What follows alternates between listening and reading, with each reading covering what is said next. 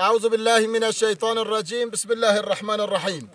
قال يقول هدار ديسا عزي ورا وعزكي نصحتك بكم من في باران خوشه اصلا خوش باران ته از ديسا نصحتك بكم خدي واجي ما جبدا استفاده كرين. سوره د قرآن ده هي سوره عصره. امام شافعی ده بیجه که اف سوره هانه ده مسلمان را بهاتا تیرا مسلمان همیه هبو از همه کرتاسی من معنای بیجم و پشت وی انشالله صحبت همه خلاص کن باران اکزم خوشتیم ده بیجه که بسم الله الرحمن الرحیم والعصری به نام خدای گو رحمان و رحیمه سون دخم به عصری. عصر چیه؟ هنک ده بیجه که 100 ساله گلی مسلمانه گلی گهدارا 100 سالی دا بتون اف کائنات هانه اف حیوانات هانه اف دار و نباتات هانه اف انسان هانه همیه بمیرین جاره کد انسان به دنیا انسان پی به دنیای مثلا 100 سال پیشیان ها چقدر انسان هنه همی مرنه بکی 100 سال یک دو هیه زب کم هنه انسان همی مرنه حیوان همی مرنه دار و نبات همی مرنه یکی دیتی چی والعصری قسم دکم به عصری اف کائنات هانه از دگشت دکم دی بجر رب مجل جلاله صد خج عصری یک ده هنه تفسیر دیگه هو هناك دي جوال عصري عصر پیغمبر عليه الصلاه والسلام چون عصر پیغمبر تيده هاتي عصر ان خاش و ان تمیزه وقتی خودت على جوال عصري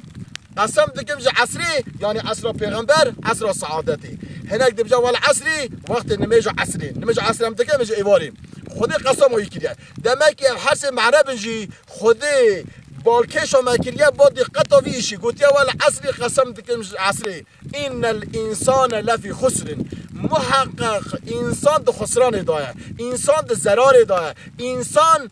د خلاص بونه دایه این الانسان لفی خسر الا الذين امنوا آنجا اوی ایمان هنه مؤمن خسران دانینه مؤمن روز قیامتش خلاص به دنیای داش خلاص به ساده ایمان تیره دکه نخیر الا الذين امنوا وعملوا الصالحات یا دا عمل صالحه یعنی نمیجه عبادت اخلاق خوشه امر بالمعروف نهی عن المنکر خودت چه امر که معروف بکه خودت چه نهی که مردور بکه özellik ده یا مهم به روح خود انسان تمیز به انسان اخلاق خود باش به و عبادت خوش بکه الا الذين امنوا وعملوا الصالحات عمل صالح وتواصوا بالحق وتواصوا حقها بكن اري أمي تشبكن إن الذين آمنوا وعملوا الصالحات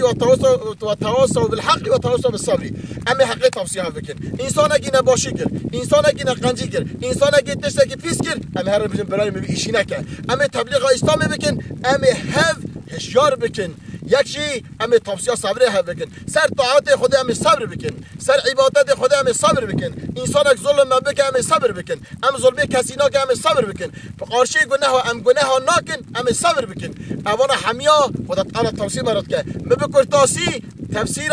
عصر سورسی و راگود چاد بجه صدق الله العظیم